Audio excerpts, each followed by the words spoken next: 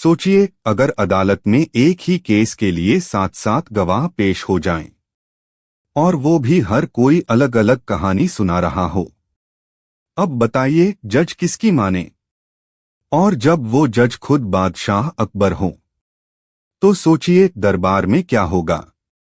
इस कहानी में एक मामूली सा झगड़ा इतना उलझ जाता है कि पूरा दरबार गवाहों की भीड़ में डूब जाता है।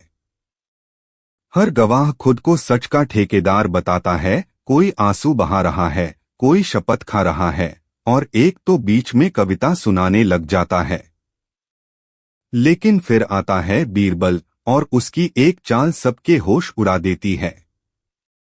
कौन है असली, कौन है नकली, और सबसे बढ़कर कौन है वो जो सबको बेवकूफ बना रहा है? तो तैयार हो जाइए, क्योंकि आज की कहानी है बीरबल और 7 नकली गवाहों की लड़ाई। एक मजेदार, तीखी और दिमाग घुमा देने वाली अदालत की लड़ाई, जो न सिर्फ हंसाएगी बल्कि सोचने पर भी मजबूर कर देगी। बीरबल और 7 नकली गवाहों की लड़ाई। बादशाह अकबर का दरबार हमेशा अद्भुत सवालों, विचित्र वाद विवादों और बीरबल की चालाकी का अड्डा रहा है। लेकिन उस दिन जब लाल पत्थरों से सजे दीवाने खास में 7 गवाहों ने एक साथ घुसने की कोशिश की, तो दरबारी भी चौंक गए और पहरेदार भी। मुकदमा या मजाक? बादशाह अकबर तख्त पर बैठे चाय जैसा कुछ पी रहे थे, जिसे वे कड़क जाफरानी काढ़ा कहते थे, जब एक चीख सुनाई दी। इंसाफ चाहिए हुजूर, मेरा सब कुछ लूट गया। एक दुबला पतला आदमी, नाम था हिम्मत लाल, घुटनों पर गिर पड़ा।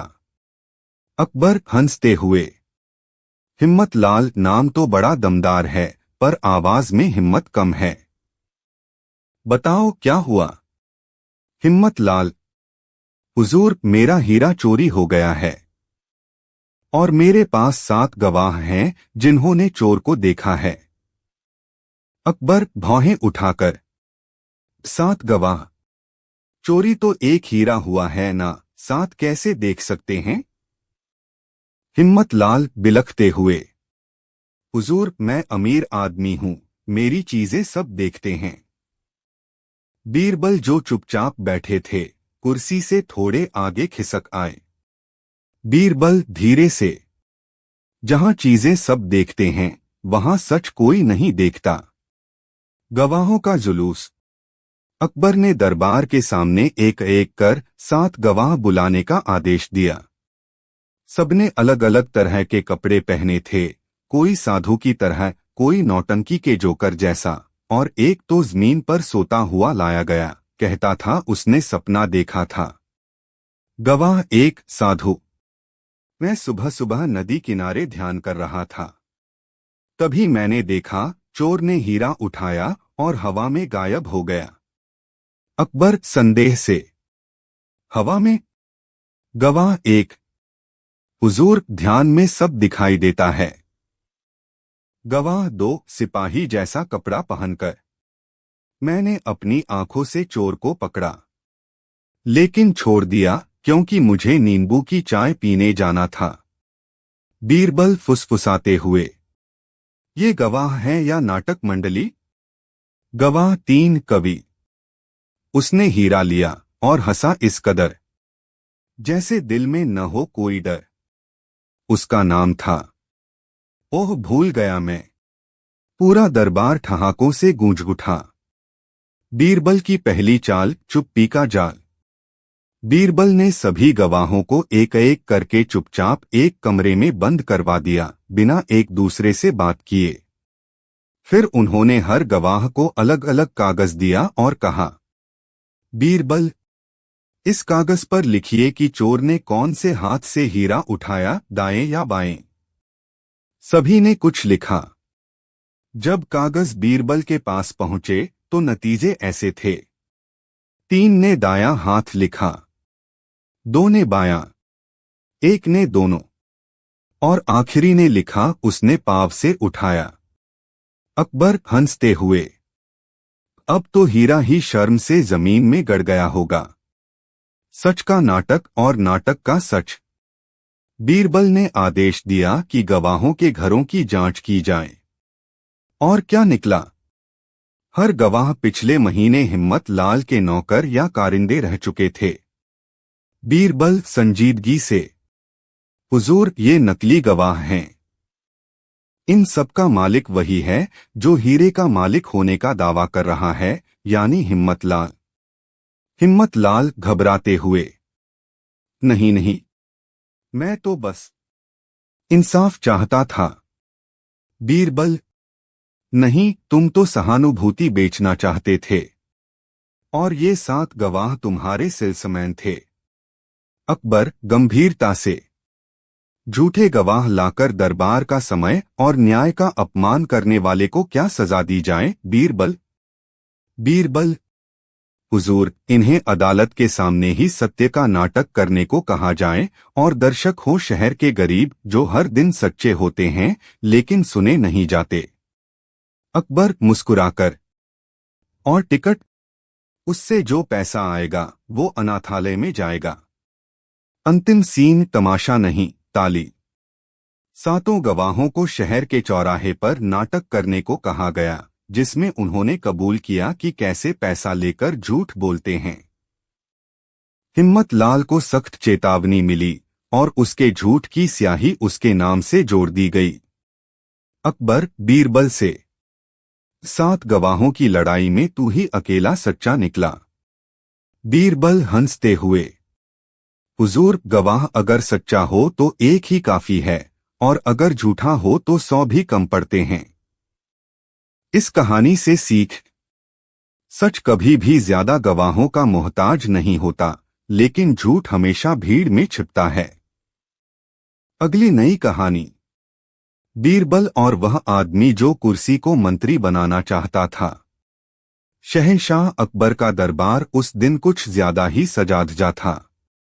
अंबर के रंग के पर्दे, गुलाब की पंखुड़ियों से भरे हुए पीतल के थाल और घोड़े तक चमचमाते लगामों में बंधे खड़े थे। कारण कोई खास नहीं, बस अकबर का मन था कि कुछ नया होना चाहिए। इसी नवीनता की खोज के दिन दरबार में एक अजीब फरियादी आया, हाथ में एक पुरानी लकड़ी की कुर्सी लिए। वो लंगड़ाकर चलता हुआ सीधा दीवाने खास के बीचों बीच पहुंच गया। पहरेदार उसे रोकते उससे पहले ही वह गला साफ कर ऊंची आवाज में बोला, जहां पनाह, इस कुर्सी को मंत्री बना दीजिए। पूरा दरबार सन्न रह गया। कुछ दरबारी हंस पड़े, कुछ ने माथा पीट लिया और कई ने सोचा कि अब तो शहंशाह के धैर्य की परीक्षा होगी। पर अकबर चुप रहे। उनके चेहरे पर कौतुक की एक शांति थी, जैसे कोई ताजे कटे खरबूजे को सूंघकर स्वाद का अनुमान लगा रहा हो। अकबर धीरे से बीरबल की ओर, कभी किसी ने आदमी को ऊंची कुर्सी पर बैठाने की गुजारिश की थी। ये पहली बार है कि कोई कुर्सी को ही ऊंचा बना देना चाहता है। बीरबल मुस्कराते हुए, और सबसे मजेदार बात यह है हुजूर कि कुर्सी खुद तो कुछ नहीं बोल रही, पर बोलने वाला इसे ही मंत्री बना रहा है। अकबर ने इशारे से उस आदमी को पास बुलवाया। वो फरियादी सिर झुकाकर बोला, मेरा नाम ज्ञानदास है और मैं 7 साल से इस कुर्सी पर बैठकर लोगों के झगड़े सुलझाता रहा हूं। अकबर, और तुम चाहते हो कि ये कुर्सी अब मेरे दरबार में वजीर बने? ज्ञानदास, जी हां हुजूर। मेरे कस्बे में लोग कहते हैं कि मैंने नहीं, ये कुर्सी फैसला किया। जिस भी आदमी को मैंने इस पर बिठाया उसका निर्णय सही निकला। अब तो लोग मुझसे नहीं, इस कुर्सी से सलाह लेने आते हैं। अकबर व्यंग्य से, तो क्या अब दरबार में कुर्सियां बहस करेंगी और गद्दियां फैसला? ज्ञानदास, क्यों नहीं जहांपनाह। जब इंसान पक्षपाती हो जाए तब लकड़ी ही निष्पक्ष लगती है। बीकानेर का दीवान खांसने लगा और एक पुराने काजी ने आपत्ति जताई, हुजूर, यह दरबार का मजाक है। लकड़ी को मंत्री बनाना राजधर्म का अपमान है। बीरबल धीरे से, नहीं काजी साहब, ये अपमान नहीं, चुनौती है। और ऐसी चुनौतियों में ही सच्चाई छिपी होती है। अकबर, तो बीरबल, इस चुनौती का जवाब क्या है? बीरबल हौले से मुस्कुराकर, इजाजत हो तो मैं इस कुर्सी से कुछ सवाल पूछना चाहता हूं। अकबर ने झट से कहा, पूछो, और अगर ये जवाब दे दे तो कल से इसे तानाशाह बना देते हैं। दरबार ठहाकों से गूंज गया। कुर्सी की परीक्षा शुरू। बीरबल ने कुर्सी के सामने जाकर झुककर कहा, मंत्री बनने से पहले कुछ सवालों के जवाब देना जरूरी है, माई कुर्सी साहिबा। पूरे दरबार में हंसी की लहर दौड़ गई। बीरबल, पहला सवाल, जब दो गरीबों के बीच रोटी बंटवाने की बात आए तो किसके हिस्से में ज्यादा जानी चाहिए, जो ज्यादा भूखा है या जो ज्यादा मेहनत करता है? जवाब नहीं आया, पर ज्ञानदास झट से बोला, जो ज्यादा मेहनत करता है। बीरबल, नहीं, जो ज्यादा भूखा है। मेहनत तो उसने भी की होगी जो अब गिर पड़ा है। न्याय भूख का होता है, काबिलियत का नहीं। अकबर ताली बजाते हुए, वाह बीरबल, कुर्सी का तो मुंह ही बंद है और तुमने उसकी जगह खुद को मंत्री साबित कर दिया। बीरबल, हुजूर, एक और सवाल पूछने दीजिए। बीरबल, दूसरा सवाल, अगर कोई अमीर आदमी चोरी करे और गरीब गवाही न दे सके तो क्या अमीर को छोड़ देना चाहिए? ज्ञानदास चुप हो गया। कुर्सी भी जाहिर है चुप थी। बीरबल, तो न्याय कैसे होगा? मंत्री वो होना चाहिए जो अमीर की चमक में अंधा न हो, न कि जो लकड़ी की तरह बेअसर हो जाए। अब तक दरबार समझ गया था, ज्ञानदास या तो किसी प्रयोग के तहत आया है या खुद ही एक सोच बेच रहा है। ज्ञानदास की चाल और बीरबल की चालाकी। बीरबल ने आदेश दिया कि ज्ञानदास के गांव से कुछ लोगों को बुलवाया जाए। 2 दिन में पता चला कि ज्ञानदास वास्तव में पंचायत का छोटा वकील था और अपनी बातों से लोगों को हिप्नोटाइज कर देता था।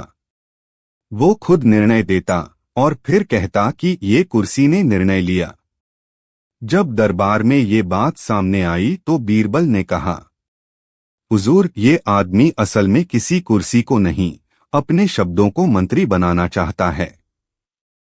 ये जनता को ये दिखाना चाहता है कि फैसला उससे नहीं, कुर्सी से आया, ताकि कोई सवाल न पूछे।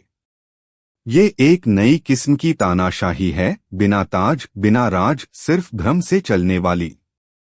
अकबर, तो इसे क्या सजा दी जाए? बीरबल, इसे हर उस व्यक्ति के सामने बिठाया जाए जो इस कुर्सी से फैसला करवाने आता था। फिर इसे कहना होगा कि मैंने नहीं, इसने आपको ठगा। और इसके बाद इस कुर्सी को तोड़कर उस लकड़ी से एक पुल बनवाया जाए ताकि इस भ्रम से कोई और न डूबे। अंतिम दृश्य, एक कुर्सी का अंत और विचारों की शुरुआत। ज्ञानदास की पोल खुल गई। उसके झूठे चमत्कार का पर्दा उतर गया। कुर्सी को दरबार में रखकर उसी के सामने तोड़ा गया और लकड़ी अनाथालय में भेजी गई। अकबर ने बीरबल से पूछा, तूने कैसे पहचाना कि ये सब बस एक मानसिक जाल था? बीरबल मुस्कराते हुए, जहां पनाह, जब कोई चीज अपने लिए नहीं बोल सकती और फिर भी उसके नाम से कोई राज चला रहा हो तो समझ जाइए कि साजिश चल रही है, शासन नहीं। अकबर ने मुस्कराकर कहा, आज तूने एक कुर्सी की औकात और एक आदमी की नीयत दोनों को बेनकाब कर दिया। सीख है, भरोसा इंसान पर किया जाता है, लकड़ी पर नहीं। और जो न्याय अपने नाम से नहीं देता वो मंत्री नहीं, बस ढोंगी होता है। अगली नई कहानी। बीरबल और दरबार में बजा सबसे झूठा शंख। मोहम्मद जलालुद्दीन अकबर के शासनकाल में अगर किसी चीज की सबसे ज्यादा कदर थी तो वो थी सच। लेकिन सच तक पहुंचना हर बार आसान नहीं होता था। शाही दरबार में उस दिन सुबह की कार्यवाही अभी शुरू ही हुई थी। अमीरों की पंक्ति सज चुकी थी। बीरबल अपने स्थान पर बैठे थे और शहंशाह हल्की मुस्कान के साथ साय लेकर अपने आसन पर विराजमान थे। तभी एक बूढ़ा लंबा सा लबादा पहने, कंधे पर चमकता हुआ चांदी का शंख लटकाए एक अजनबी दरबार में दाखिल हुआ। दरबारियों की नजरें उसकी ओर मुड़ गईं। उसने न किसी को सलाम किया, न झुककर अदब बजाया। बस सीधा जाकर बीच दरबार में खड़ा हो गया और ऊंची आवाज में बोला, जहां पनाह, मैं आपके दरबार को एक पवित्र परीक्षा देने आया हूं। शहंशाह अकबर ने भौहें चढ़ाई। अकबर, परीक्षा? कैसी परीक्षा? और तुम हो कौन? अजनबी। मेरा नाम झगनू दास है। मैं न्याय और सत्य की खोज में वर्षों से देश विदेश घूमता रहा हूं। ये जो मेरे पास है, शंख उठाकर दिखाता है, ये कोई साधारण शंख नहीं, ये एक सत्य शंख है। बीरबल आंखें तरेर कर, सत्य शंख? नाम कुछ ज्यादा ही पवित्र नहीं रख दिया? झगनू दास गर्व से, यह शंख सिर्फ सच्चे और निर्दोष इंसान के हाथों से ही बजेगा। झूठे चाहे जितनी भी कोशिश करें, ये एक ध्वनि तक नहीं देगा। दरबारियों में खुसर पुसर शुरू हो गई। अकबर, और तुम्हारा दावा है कि यह शंख झूठ और सच की पहचान कर सकता है? झगनू दास, हुजूर, यह शंख अब तक 5 राजाओं के दरबार में परखा जा चुका है, और हर बार जिसने झूठ बोला, शंख ने चुप्पी साध ली। मैं आपके दरबार की भी परीक्षा चाहता हूं।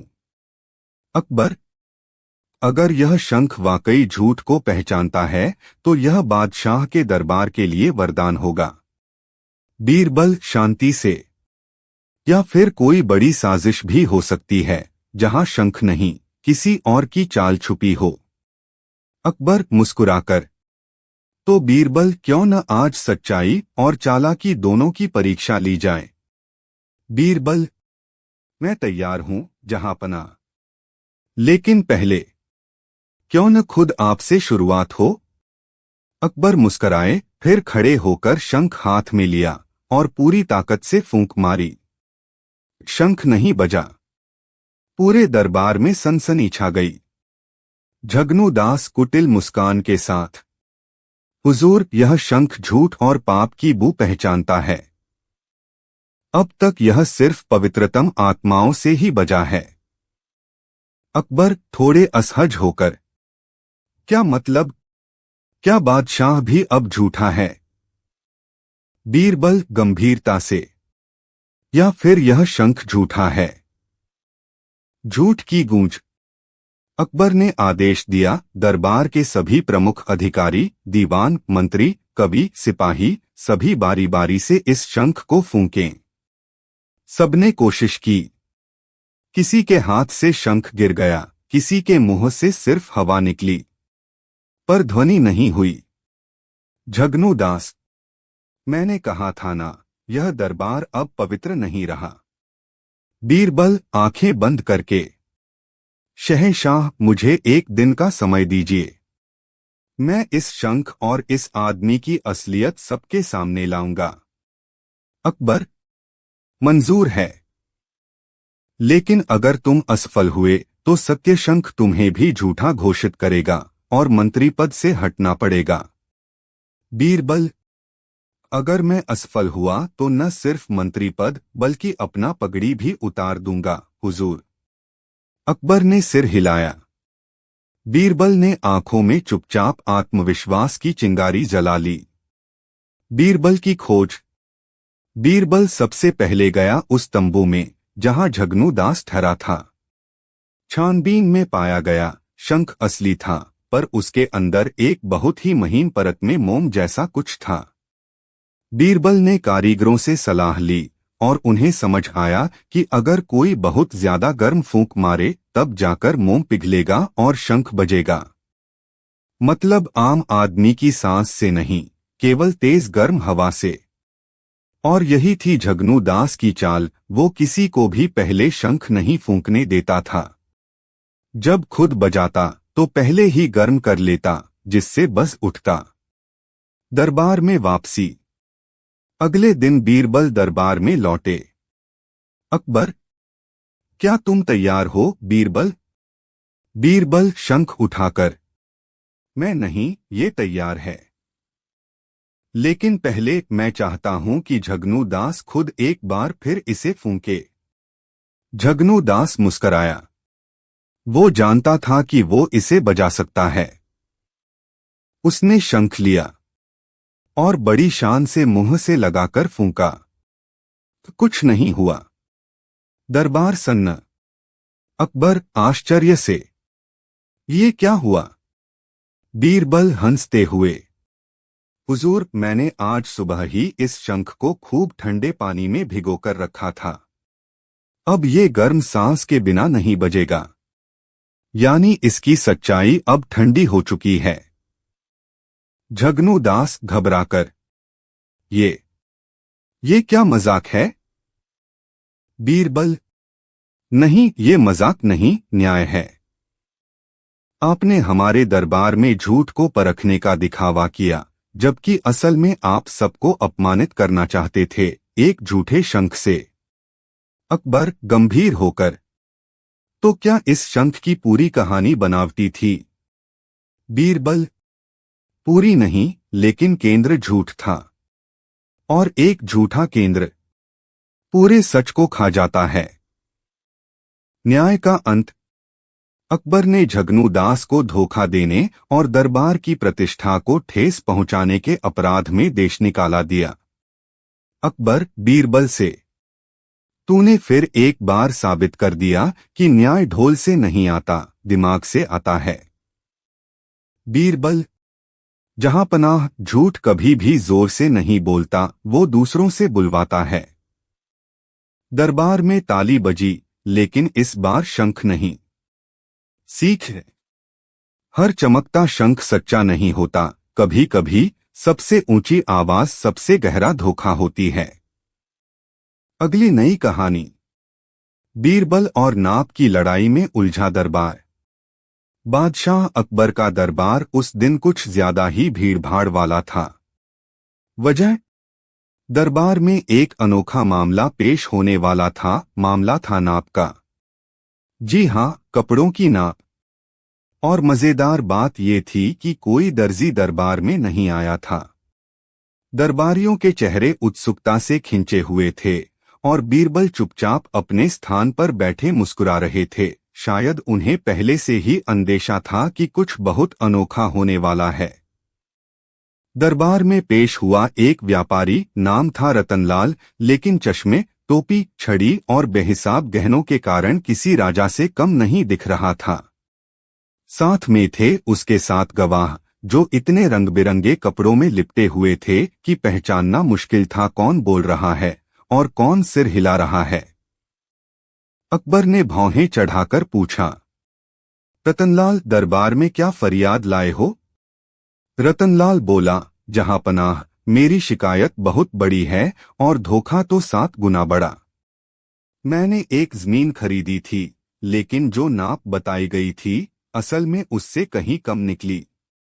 मैं कहता हूं 100 बीघा है, लेकिन मापा गया तो सिर्फ 93 निकली। और इन 7 गवाहों ने उस वक्त मेरी नाप को सही बताया था। अब वही पलट रहे हैं।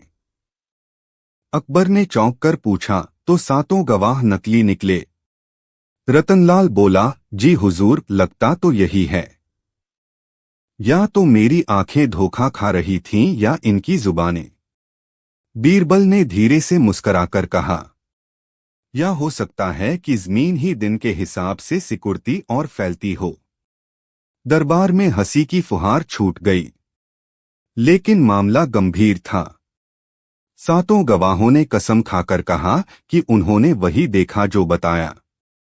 पर गड़बड़ी थी, 7 की गवाही एक दूसरे से मिलती नहीं थी। पहला मोड़, 7 गवाह, 7 सच्चाइयां। बीरबल ने एक एक गवाह से अलग अलग समय में बात की और उन्हें बिना बताए एक ही कागज पर अपनी अपनी नाप लिखने को कहा। पहला गवाह बोला, हुजूर, जमीन तो 100 बीघा ही थी, मैंने खुद गिना था। दूसरा बोला, नहीं, 95, लेकिन मैं थोड़ा नशे में था उस दिन। तीसरा गवाह बोला, मुझे तो याद नहीं, पर सबने कहा तो मैं भी हाँ कह गया। चौथा गवाह, मैं तो वहां था ही नहीं, मुझे बस कहा गया कि आकर कागज पर दस्तखत कर दो। पांचवा, मैंने सोचा अगर ना कहा तो रतनलाल नाराज हो जाएगा। छठा, मेरे हिसाब से 90 बीघा थी, लेकिन उस दिन धूप तेज थी, हो सकता है जमीन पिघल गई हो। सातवां गवाह, मैं सिर्फ सबकी बात दोहरा रहा था, मुझे नापना आता ही नहीं। बीरबल ने मुस्कुराते हुए कागज अकबर को दिखाया, 7 गवाह, 7 गवाही और एक भी नतीजा नहीं। अकबर ने सिर पकड़ लिया, इतने रंग बिरंगे झूठ मैंने कभी नहीं देखे। दूसरा मोड़, बीरबल का नाप प्रतियोगिता। बीरबल ने कहा, हुजूर, मैं एक प्रस्ताव रखता हूं। इन 7 गवाहों को आज एक काम दें, हम इनसे कुछ नापने को कहें। अगर ये उसमें भी गड़बड़ करते हैं तो समझिए नाप ही इनकी कमजोरी है। अकबर हंस पड़े, बढ़िया, क्या नापें? बीरबल बोले, हर गवाह को दिया जाए एक रस्सी का टुकड़ा और एक झंडा।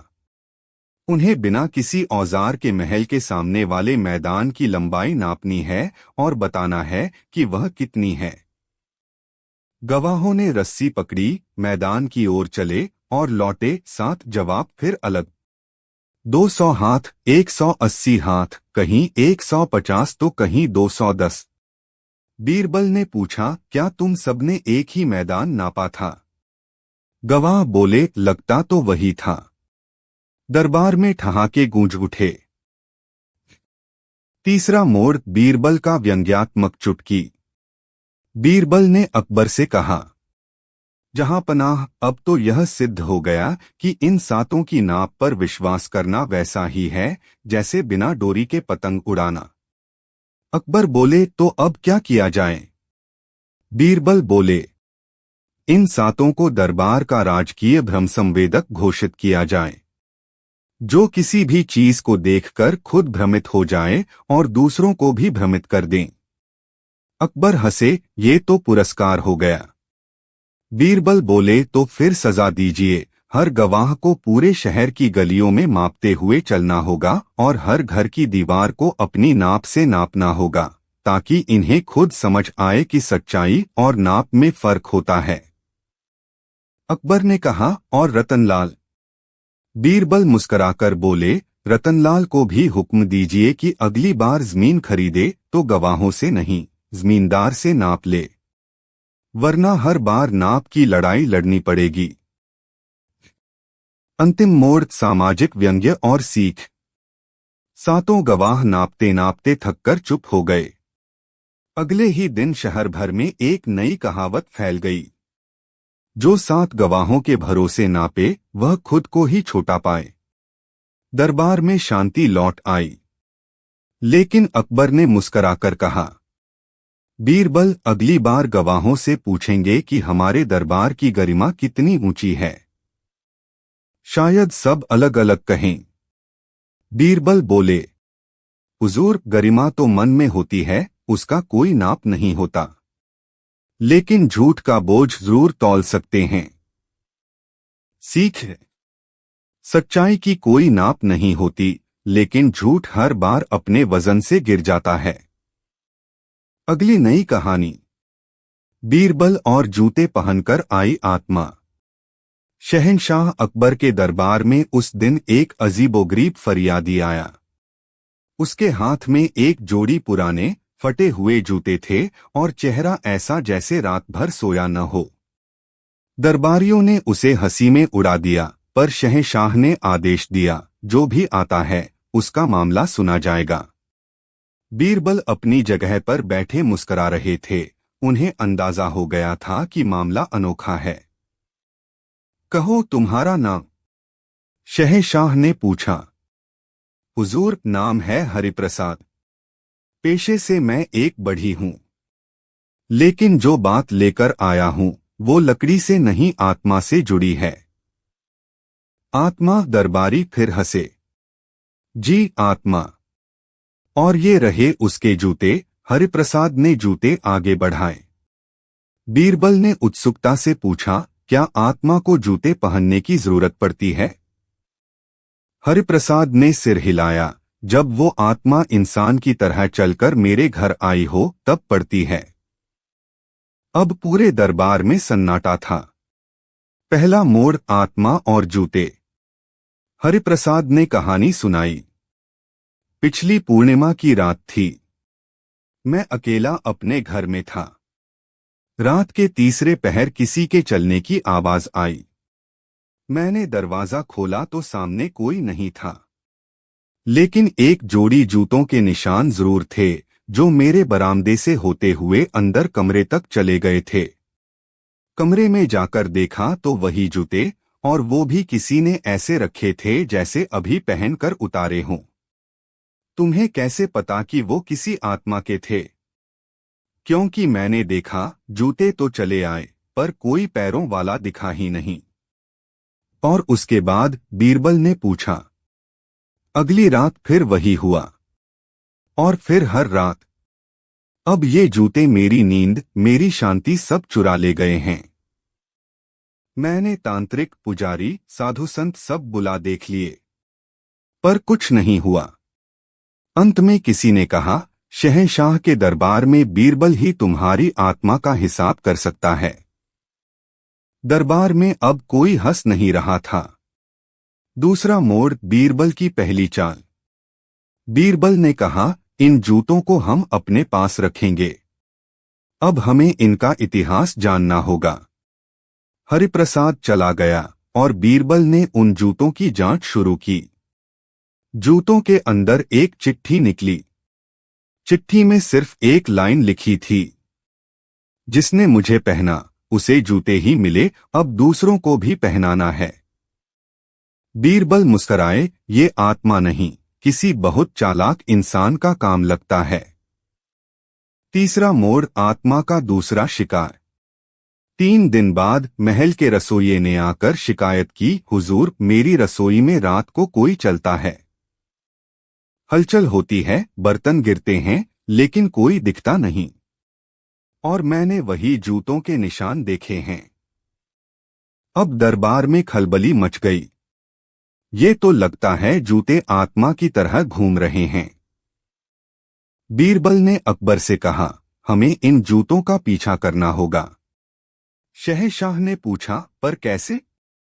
हम एक योजना बनाएंगे और इन जूतों को जहां जाते हैं वहां जाने देंगे, बस उनकी निगरानी करेंगे। चौथा मोड़, निगरानी और रहस्य।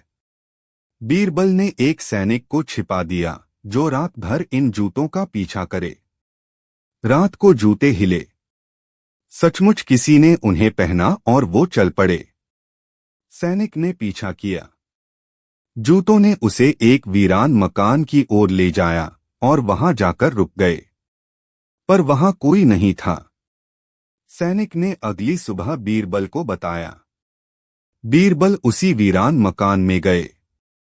वहां की दीवारें टूटी थीं, लेकिन एक खिड़की पर लोहे का मजबूत ताला लगा था, नया। बीरबल ने जमीन खोदवाई, वहां एक सुरंग जैसी चीज निकली। तो ये आत्मा जमीन के अंदर चलती है? अकबर ने मजाक किया। बीरबल ने कहा, नहीं हुजूर, ये इंसान है जो डर फैलाकर कुछ छुपा रहा है। पांचवा मोड़, बीरबल की चाल और गिरफ्त। बीरबल ने एक नकली अफवाह फैलवा दी, महल में एक संत आया है जो जूतों की आत्मा से बात कर सकता है।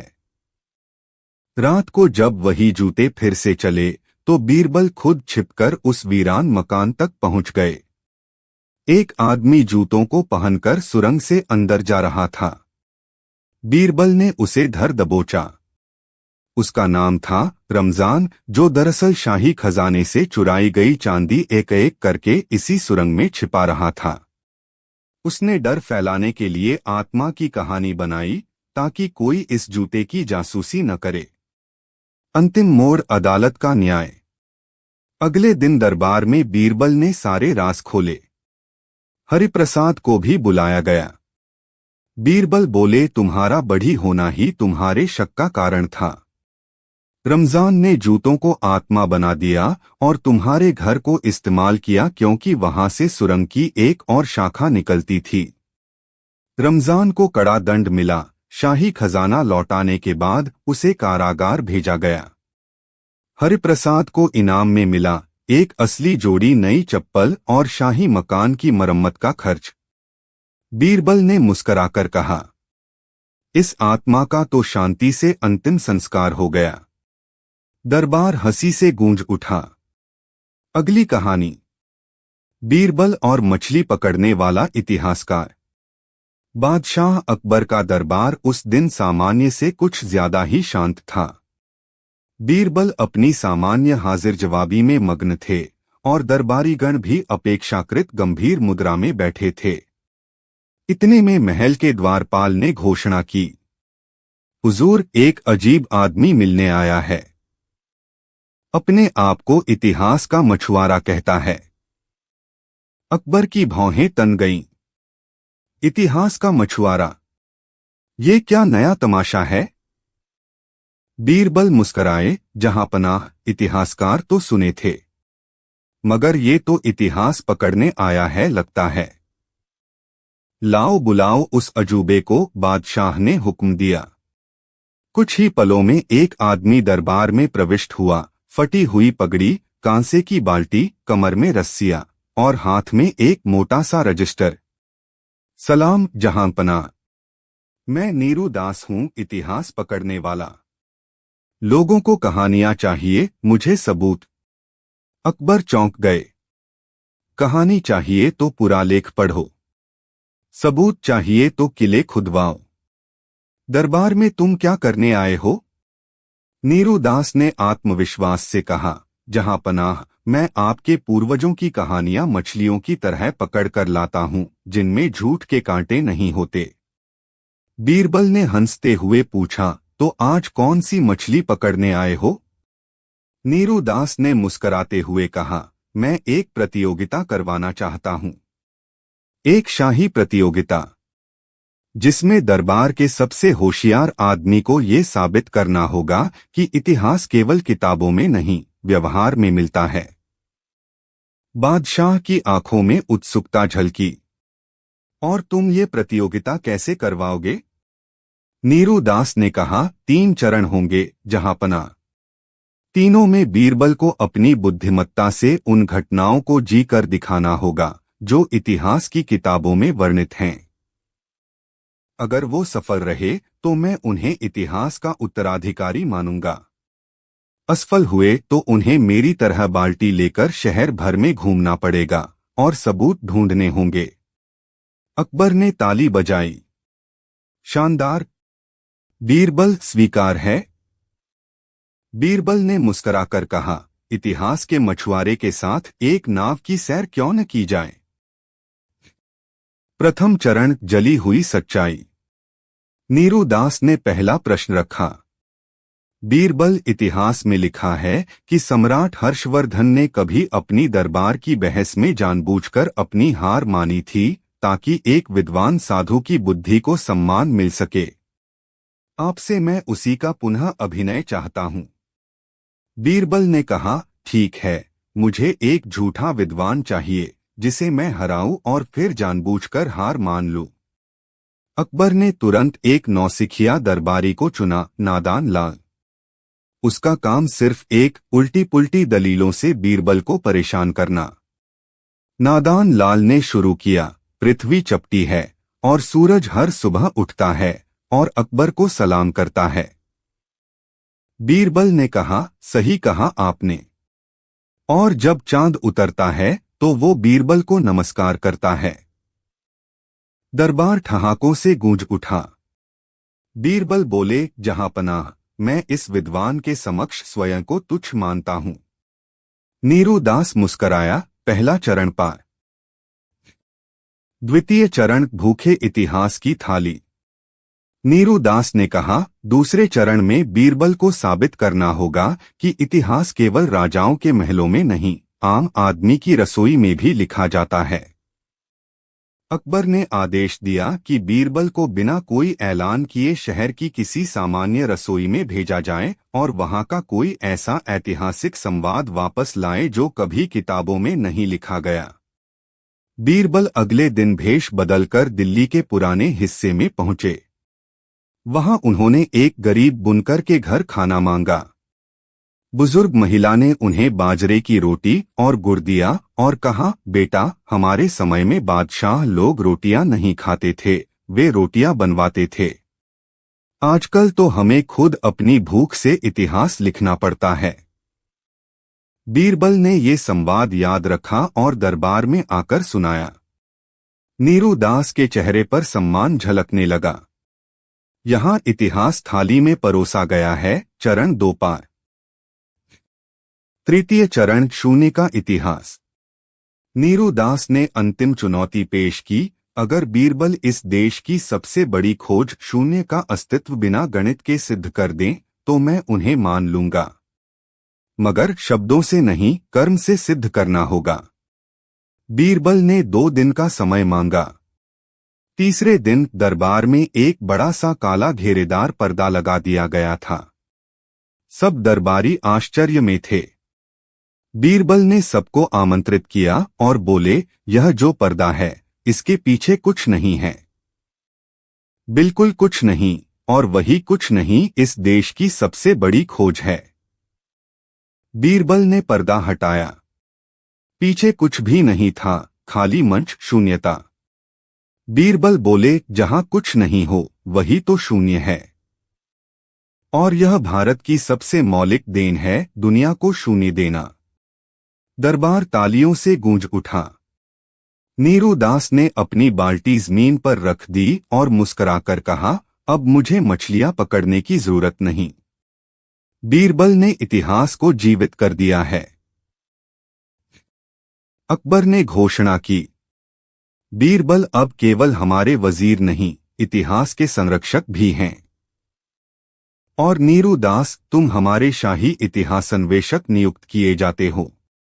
दरबार में उत्सव शुरू हुआ और बीरबल धीरे से नीरू दास से बोले, इतिहास पकड़ने के लिए बाल्टी नहीं, बुद्धि चाहिए, और आपने दोनों ला दी। नीरू दास हंसे और आपने मछली पकड़ी बिना कांटे के। अगली नई कहानी, बीरबल और बत्तख पालने की सजा। शहंशाह अकबर के मिजाज कुछ दिनों से अजीब से हो गए थे। हर रोज सुबह उठते ही किसी न किसी नई फरमान की घोषणा करते और दरबारी, खासकर वे जो बीरबल से जलते थे, उस पर वाहवाही करने लगते। एक दिन सुबह सुबह शाही बाग में टहलते हुए अकबर ने एक बत्तख को अपने फव्वारे में तैरते देखा। बत्तख ने बादशाह की तरफ देखा और जोर से क्वैक किया। ये क्वैक सुनते ही बादशाह का चेहरा बिगड़ गया। क्या बदतमीज बत्तख है, मेरे बाग में मेरी आंखों में आंखें डालकर क्वैक कर रही है। और वहीं उन्होंने ऐलान कर दिया, आज से जो कोई बत्तख पालता पाया गया उसे दरबार में पेश किया जाएगा और सजा मिलेगी जो भी तय हो। बीरबल वहीं खड़े थे। उन्होंने अपनी मूंछ को ताव देते हुए बस एक कोना सा मुस्कुराहट दी जो सिर्फ वो और बादशाह समझ सकते थे। उधर शहर में हलचल मच गई। आगरा के लोग बत्तखें पालते थे, अंडों के लिए, बच्चों के लिए और कभी कभी शौक से। पर बादशाह के इस नए आदेश ने सारे बत्तख प्रेमियों की नींद उड़ा दी। कई लोगों ने डर के मारे बत्तखों को यमुना में छोड़ दिया। कुछ व्यापारी उन्हें चोरी छिपे बेचने लगे। एक साहूकार तो अपनी बत्तखों को रंगकर कबूतर बना देने में जुट गया। लेकिन दूसरे दिन दरबार में बीरबल एक बड़ी सी बांस की टोकरी लेकर हाजिर हुए। क्या है इसमें, अकबर ने पूछा। जहां पनाह, कुछ साक्ष्य। बीरबल ने मुस्कुराते हुए टोकरी का ढक्कन हटाया। 3 सफेद चर्बी से चमकती बत्तखें क्वैक क्वैक कर रही थीं। बीरबल, अकबर बोले, तुम्हें शर्म नहीं आती, तुम्ही ने मेरा हुक्म सबसे पहले तोड़ा। हुजूर, आपका हुक्म था जो बत्तख पालता हो उसे दरबार में लाया जाए। ये मेरी नहीं है, शहर के 3 अलग अलग हिस्सों से लाई गई हैं। मैं बस आज्ञा का पालन कर रहा हूँ। अकबर मुस्कुराए, और ये बत्तखें क्या कहती हैं इस बारे में? बीरबल बोले, इनसे पूछिए, लेकिन ध्यान रहे ये भी प्रजा हैं। जवाब जरा सीधा नहीं देंगी। उधर कुछ दरबारी जिनकी बत्तखें जब्त हो चुकी थीं, बीरबल से जलन में खड़े खड़े थूक निगलते रहे। अकबर ने फिर पूछा, तो इन तीनों बत्तखों का क्या करना चाहिए? बीरबल ने झुककर कहा, हुजूर, अगर इन्होंने आपकी शान में क्वैक किया तो गुनाह बत्तखों का नहीं, उन्हें पालने वालों का है। ये जानवर हैं। अगर आपकी आंखों में आंखें डालकर बोल रही थीं, तो शायद आपकी आंखें बहुत साफ हैं। दरबार फिर ठहाकों से गूंज उठा। लेकिन अकबर ने गंभीर होते हुए कहा, एक गंभीर बात सोच रहा हूं। अगर इन बत्तखों को कोई इंसान की तरह ट्रेन कर रहा हो, उन्हें राज की बातें सुनाई जा रही हो, अगर ये जासूसी कर रही हो तो? बीरबल मुस्कुराए, तो फिर हमें सारे जासूसों को बत्तख बना देना चाहिए, जहांपना। कोई शक नहीं करेगा। अकबर अपनी हंसी रोक न सके। उसके बाद बीरबल ने जो कहानी सुनाई, उसने सबका ध्यान खींच लिया। जहांपनाह, कल मैंने देखा कि वजीर महोदय के महल की छत पर एक आदमी बत्तख को किताब पढ़ा रहा था। जब मैंने पूछा तो उसने कहा, यह बत्तख राजकाज में रुचि रखती है।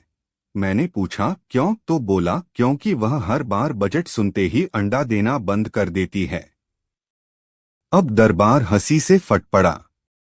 अकबर हंसते हंसते बोले, बीरबल, मुझे अब यकीन है कि तुम इन बत्तखों से भी ज्यादा चालाक हो।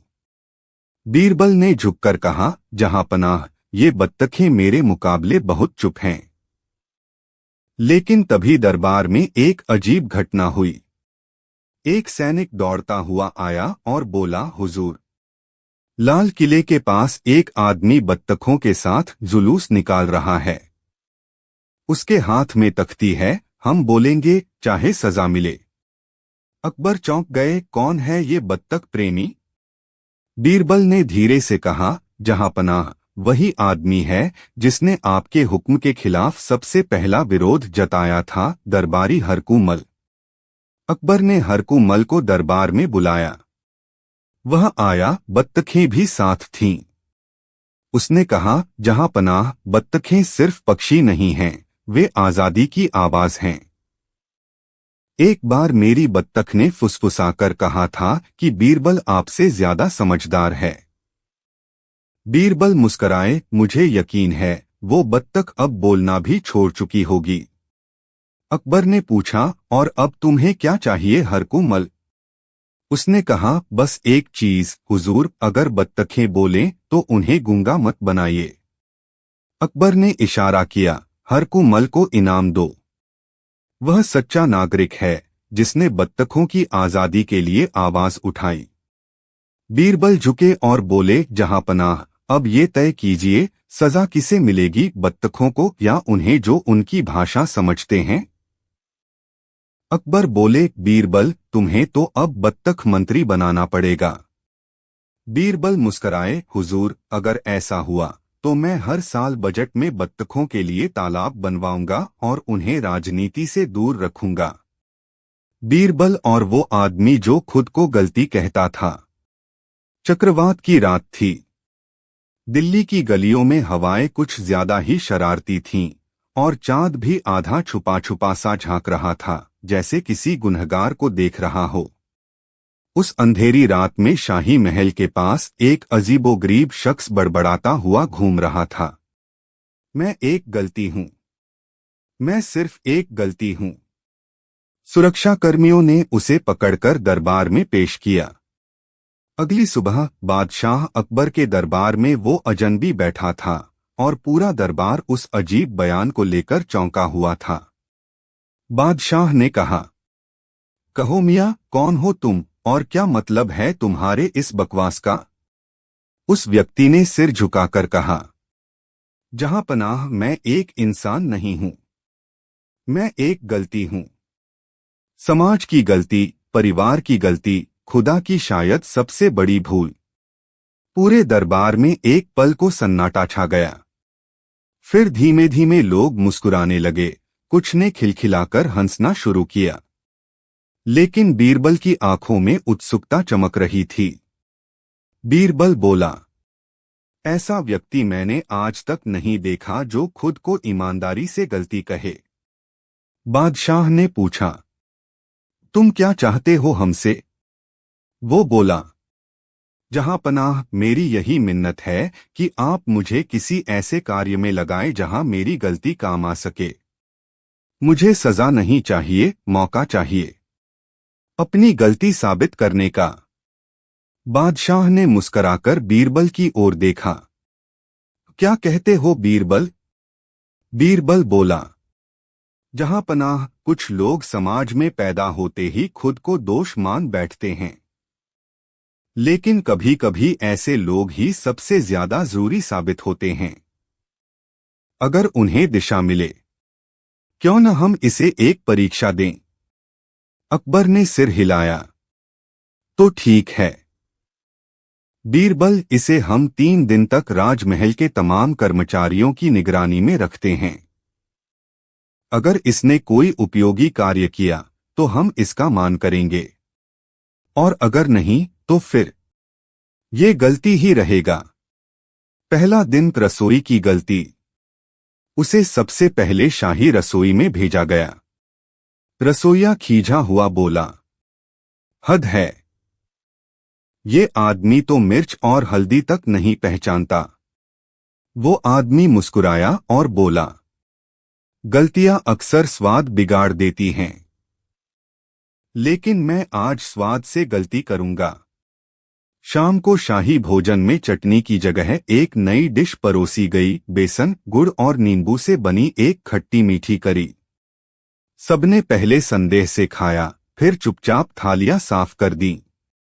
बीरबल ने पूछा, ये क्या था? रसोइये ने झेंपते हुए कहा, गलती थी, पर मजेदार थी। दूसरा दिन गलती की पहरेदारी। अगले दिन उसे शाही अस्तबल में पहरे के लिए रखा गया। रात को एक घोड़ा बाड़े से बाहर भाग गया। सब उस पर बरस पड़े। देखा, कहा था न, ये गलती है। लेकिन अगले ही दिन पता चला कि वो भागा हुआ घोड़ा एक चोर पकड़कर ला रहा था जो रात में महल में घुसने वाला था। बीरबल हंस पड़ा। देखा जहांपनाह, कभी कभी गलती ही गुनाह रोक देती है। तीसरा दिन अदालत में गलती। अब उसे बीरबल के सामने अदालत में बैठाया गया। उसे एक झूठे मुकदमे में गवाह बनाया गया। उसने कहा, मैं तो गलती हूं, लेकिन मैं सच जानता हूं। मैं देख रहा था, आरोपी निर्दोष है। बीरबल ने आश्चर्य से पूछा, तुम कैसे देख रहे थे? वो बोला, क्योंकि गलती हमेशा वहीं होती है जहां कोई नहीं देखता। उस दिन मैं दीवार के पीछे एक टूटी खिड़की से सब देख रहा था, क्योंकि मुझे वहां सोने की इजाजत मिली थी। उसकी गवाही ने निर्दोष को बचा लिया। अंतिम फैसला। 3 दिन पूरे होने के बाद दरबार में उसे फिर बुलाया गया। बादशाह ने पूछा, अब बताओ, क्या तुम अब भी खुद को गलती मानते हो? उसने सिर झुकाया। मैं अब भी वही हूं, एक गलती, लेकिन अब मैं वो गलती हूं जिसने कुछ सही किया। बीरबल ने कहा, जहांपनाह, ये आदमी साबित कर चुका है कि गलती कभी कभी सबसे सच्चा आईना होती है। बादशाह ने आदेश दिया, आज से इसे हमारी गुप्त खोजी समिति का सदस्य बनाया जाए, क्योंकि जहां कोई और देख नहीं पाता वहां ये गलती देख लेती है। दरबार में तालियां गूंज उठीं। वो व्यक्ति सिर झुकाकर मुस्कराया। मुझे अब अपनी गलती पर गर्व है। समाप्त। बादशाह अकबर का दरबार हमेशा अद्भुत सवालों, विचित्र वाद विवादों और बीरबल की चालाकी का अड्डा रहा है। लेकिन उस दिन जब लाल पत्थरों से सजे दीवाने खास में 7 गवाहों ने एक साथ घुसने की कोशिश की तो दरबारी भी चौंक गए और पहरेदार भी। मुकदमा या मजाक? बादशाह अकबर तख्त पर बैठे चाय जैसा कुछ पी रहे थे, जिसे वे कड़क जाफरानी काढ़ा कहते थे, जब एक चीख सुनाई दी। इंसाफ चाहिए हुजूर, मेरा सब कुछ लूट गया। एक दुबला पतला आदमी, नाम था हिम्मत लाल, घुटनों पर गिर पड़ा। अकबर हंसते हुए, हिम्मत लाल नाम तो बड़ा दमदार है, पर आवाज में हिम्मत कम है। बताओ क्या हुआ? हिम्मत लाल, हुजूर मेरा हीरा चोरी हो गया है और मेरे पास 7 गवाह हैं जिन्होंने चोर को देखा है। अकबर भौहें उठाकर, 7 गवाह? चोरी तो एक हीरा हुआ है ना, 7 कैसे देख सकते हैं? हिम्मत लाल बिलखते हुए, हुजूर मैं अमीर आदमी हूं, मेरी चीजें सब देखते हैं। बीरबल जो चुपचाप बैठे थे, कुर्सी से थोड़े आगे खिसक आए। बीरबल धीरे से, जहां चीजें सब देखते हैं वहां सच कोई नहीं देखता। गवाहों का जुलूस। अकबर ने दरबार के सामने एक एक कर 7 गवाह बुलाने का आदेश दिया। सबने अलग अलग तरह के कपड़े पहने थे, कोई साधु की तरह, कोई नौटंकी के जोकर जैसा, और एक तो जमीन पर सोता हुआ लाया गया, कहता था उसने सपना देखा था। गवाह 1 साधु, मैं सुबह सुबह नदी किनारे ध्यान कर रहा था।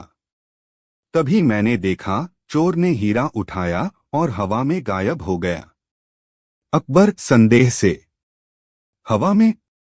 गवाह 1, हुजूर ध्यान में सब दिखाई देता है। गवाह 2 सिपाही जैसा कपड़ा पहनकर, मैंने अपनी आंखों से चोर को पकड़ा, लेकिन छोड़ दिया क्योंकि मुझे नींबू की चाय पीने जाना था। बीरबल फुसफुसाते हुए, ये गवाह हैं या नाटक मंडली? गवाह 3 कवि, उसने हीरा लिया और हंसा इस कदर, जैसे दिल में न हो कोई डर। उसका नाम था, ओह भूल गया मैं। पूरा दरबार ठहाकों से गूंज उठा। बीरबल की पहली चाल, चुप्पी का जाल। बीरबल ने सभी गवाहों को एक एक करके चुपचाप एक कमरे में बंद करवा दिया, बिना एक दूसरे से बात किए। फिर उन्होंने हर गवाह को अलग अलग कागज दिया और कहा, बीरबल, इस कागज पर लिखिए कि चोर ने कौन से हाथ से हीरा उठाया, दाएं या बाएं। सभी ने कुछ लिखा।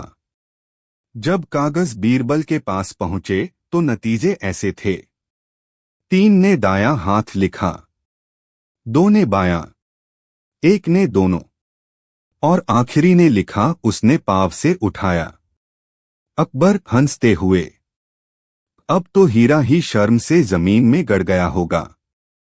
सच का नाटक और नाटक का सच। बीरबल ने आदेश दिया कि गवाहों के घरों की जांच की जाए। और क्या निकला? हर गवाह पिछले महीने हिम्मत लाल के नौकर या कारिंदे रह चुके थे। बीरबल संजीदगी से, हुजूर ये नकली गवाह हैं। इन सब का मालिक वही है जो हीरे का मालिक होने का दावा कर रहा है, यानी हिम्मत लाल। हिम्मत लाल घबराते हुए, नहीं नहीं, मैं तो बस इंसाफ चाहता था। बीरबल, नहीं, तुम तो सहानुभूति बेचना चाहते थे, और ये 7 गवाह तुम्हारे सेल्समैन थे। अकबर गंभीरता से, झूठे गवाह लाकर दरबार का समय और न्याय का अपमान करने वाले को क्या सजा दी जाए? बीरबल, बीरबल, हुजूर, इन्हें अदालत के सामने ही सत्य का नाटक करने को कहा जाए और दर्शक हो शहर के गरीब जो हर दिन सच्चे होते हैं लेकिन सुने नहीं जाते। अकबर मुस्कुराकर, और टिकट? उससे जो पैसा आएगा वो अनाथालय में जाएगा। अंतिम सीन, तमाशा नहीं, ताली। सातों गवाहों को शहर के चौराहे पर नाटक करने को कहा गया, जिसमें उन्होंने कबूल किया कि कैसे पैसा लेकर झूठ बोलते हैं। हिम्मत लाल को सख्त चेतावनी मिली और उसके झूठ की स्याही उसके नाम से जोड़ दी गई। अकबर बीरबल से 7 गवाहों की लड़ाई में तू ही अकेला सच्चा निकला। बीरबल हंसते हुए, हुजूर, गवाह अगर सच्चा हो तो एक ही काफी है, और अगर झूठा हो तो 100 भी कम पड़ते हैं। इस कहानी से सीख, सच कभी भी ज्यादा गवाहों का मोहताज नहीं होता, लेकिन झूठ हमेशा भीड़ में छिपता है। अगली नई कहानी, बीरबल और वह आदमी जो कुर्सी को मंत्री बनाना चाहता था। शहंशाह अकबर का दरबार उस दिन कुछ ज्यादा ही सजा धजा था। अंबर के रंग के पर्दे, गुलाब की पंखुड़ियों से भरे हुए पीतल के थाल और घोड़े तक चमचमाते लगामों में बंधे खड़े थे। कारण कोई खास नहीं, बस अकबर का मन था कि कुछ नया होना चाहिए। इसी नवीनता की खोज के दिन दरबार में एक अजीब फरियादी आया, हाथ में एक पुरानी लकड़ी की कुर्सी लिए। वो लंगड़ा कर चलता हुआ सीधा दीवाने खास के बीचों बीच पहुंच गया। पहरेदार उसे रोकते उससे पहले ही वह गला साफ कर ऊंची आवाज में बोला, जहांपनाह, इस कुर्सी को मंत्री बना दीजिए। पूरा दरबार सन्न रह गया। कुछ दरबारी हंस पड़े, कुछ ने माथा पीट लिया और कई ने सोचा कि अब तो शहंशाह के धैर्य की परीक्षा होगी। पर अकबर चुप रहे। उनके चेहरे पर कौतुक की एक शांति थी, जैसे कोई ताजे कटे खरबूजे को सूंघकर स्वाद का अनुमान लगा रहा हो। अकबर धीरे से बीरबल की ओर, कभी किसी ने आदमी को ऊंची कुर्सी पर बैठाने की गुजारिश की थी।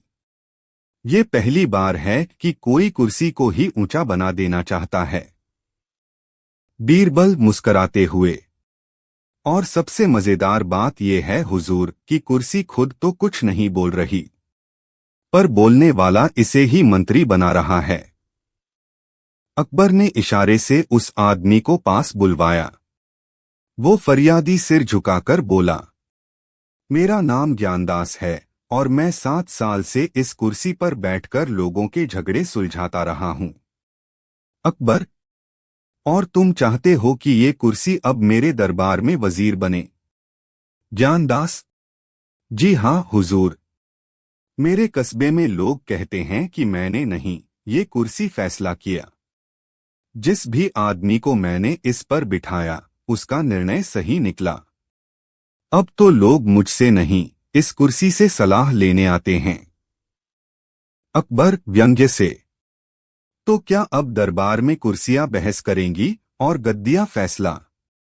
ज्ञानदास, क्यों नहीं जहांपनाह। जब इंसान पक्षपाती हो जाए तब लकड़ी ही निष्पक्ष लगती है।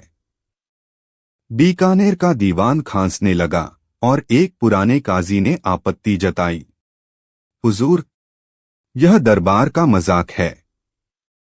लकड़ी को मंत्री बनाना राजधर्म का अपमान है। बीरबल धीरे से, नहीं काजी साहब, ये अपमान नहीं, चुनौती है। और ऐसी चुनौतियों में ही सच्चाई छिपी होती है। अकबर, तो बीरबल इस चुनौती का जवाब क्या है? बीरबल हौले से मुस्कुराकर, इजाजत हो तो मैं इस कुर्सी से कुछ सवाल पूछना चाहता हूं। अकबर ने झट से कहा, पूछो, और अगर ये जवाब दे दे तो कल से इसे तानाशाह बना देते हैं। दरबार ठहाकों से गूंज गया। कुर्सी की परीक्षा शुरू। बीरबल ने कुर्सी के सामने जाकर झुककर कहा, मंत्री बनने से पहले कुछ सवालों के जवाब देना जरूरी है, माई कुर्सी साहिबा। पूरे दरबार में हंसी की लहर दौड़ गई। बीरबल, पहला सवाल, जब 2 गरीबों के बीच रोटी बंटवाने की बात आए तो किसके हिस्से में ज्यादा जानी चाहिए, जो ज्यादा भूखा है या जो ज्यादा मेहनत करता है? जवाब नहीं आया, पर ज्ञानदास झट से बोला, जो ज्यादा मेहनत करता है। बीरबल, नहीं, जो ज्यादा भूखा है। मेहनत तो उसने भी की होगी जो अब गिर पड़ा है। न्याय भूख का होता है, काबिलियत का नहीं। अकबर ताली बजाते हुए। वाह बीरबल, कुर्सी का तो मुंह ही बंद है और तुमने उसकी जगह खुद को मंत्री साबित कर दिया। बीरबल, हुजूर एक और सवाल पूछने दीजिए। बीरबल, दूसरा सवाल। अगर कोई अमीर आदमी चोरी करे और गरीब गवाही न दे सके तो क्या अमीर को छोड़ देना चाहिए? ज्ञानदास चुप हो गया। कुर्सी भी जाहिर है चुप थी। बीरबल, तो न्याय कैसे होगा? मंत्री वो होना चाहिए जो अमीर की चमक में अंधा न हो, न कि जो लकड़ी की तरह बेअसर हो जाए। अब तक दरबार समझ गया था, ज्ञानदास या तो किसी प्रयोग के तहत आया है या खुद ही एक सोच बेच रहा है। ज्ञानदास की चाल और बीरबल की चालाकी। बीरबल ने आदेश दिया कि ज्ञानदास के गांव से कुछ लोगों को बुलवाया जाए। 2 दिन में पता चला कि ज्ञानदास वास्तव में पंचायत का छोटा वकील था और अपनी बातों से लोगों को हिप्नोटाइज कर देता था। वो खुद निर्णय देता और फिर कहता कि ये कुर्सी ने निर्णय लिया। जब दरबार में ये बात सामने आई तो बीरबल ने कहा, हुजूर, ये आदमी असल में किसी कुर्सी को नहीं, अपने शब्दों को मंत्री बनाना चाहता है। ये जनता को ये दिखाना चाहता है कि फैसला उससे नहीं, कुर्सी से आया, ताकि कोई सवाल न पूछे। ये एक नई किस्म की तानाशाही है, बिना ताज बिना राज, सिर्फ भ्रम से चलने वाली। अकबर, तो इसे क्या सजा दी जाए?